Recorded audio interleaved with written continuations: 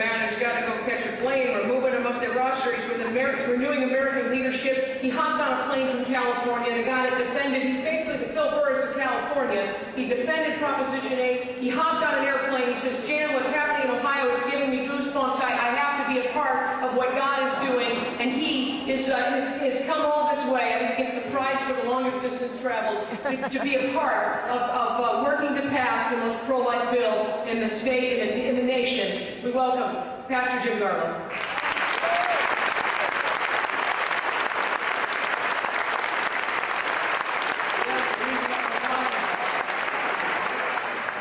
In Germany before a war, when they would load the Jews on the trains, and they would come close to the churches, it was reported in the churches that sometimes they would hear the screams of the Jewish people on the trains. And it was said, what did you do? And the people in the church said, we would simply sing louder.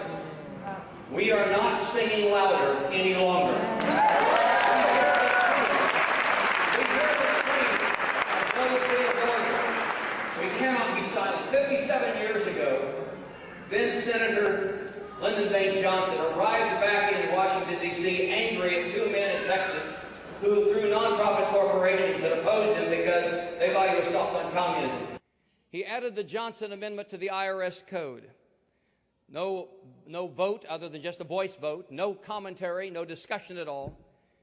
And over the course of the last 57 years, a bill that even Johnson's chief of staff admits he never intended it to apply to churches has silenced churches, silenced pastors. And we're in this condition because we bought into a cultural myth that an IRS code that is unconstitutional, that's not yet been challenged, could silence pulpits and make pews inactive, and that's why we got in this position.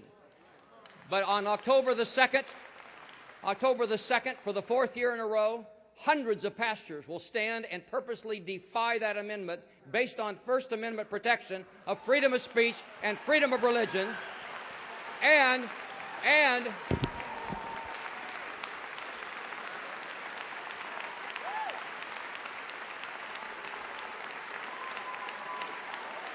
Pulpitfreedom.com is a movement because government intrusion should not come into the pulpit. We've allowed them to silence on this issue. It is not right versus left. This is right versus wrong. And as prophets of God, any senator or any House of Representatives or any legislative person who would dare stand for abortion will be exposed from the pulpits for exactly what they are. This is sin. We must call it what it is. It's wrong, and it must stop now.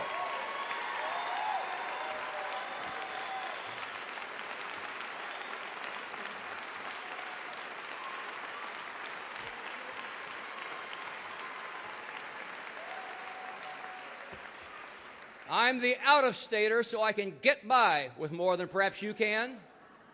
But any senator that would dare stand on this platform and lecture us about the inappropriateness of a bill that will block 95% of abortions must go. This is not going to be tolerated. It is wrong. It is morally, biblically wrong.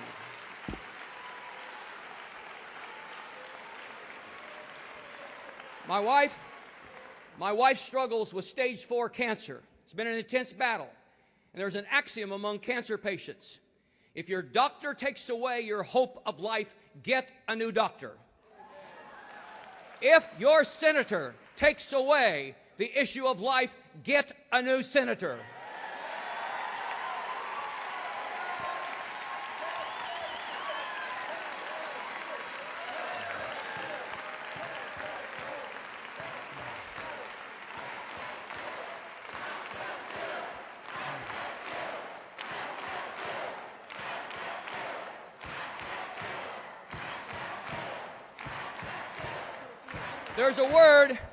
There's a word that we don't often use. It's called casuistry.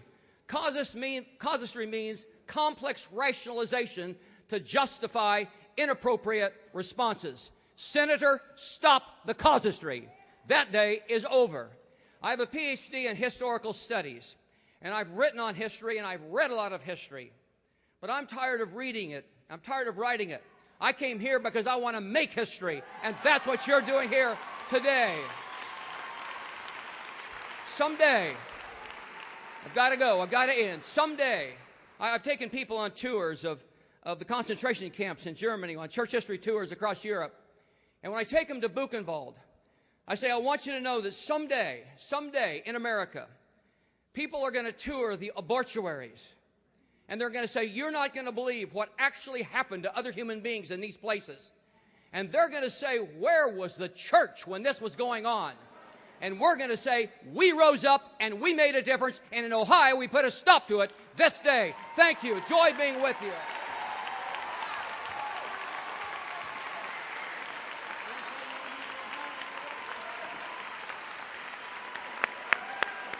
Pastor Jim Garlow.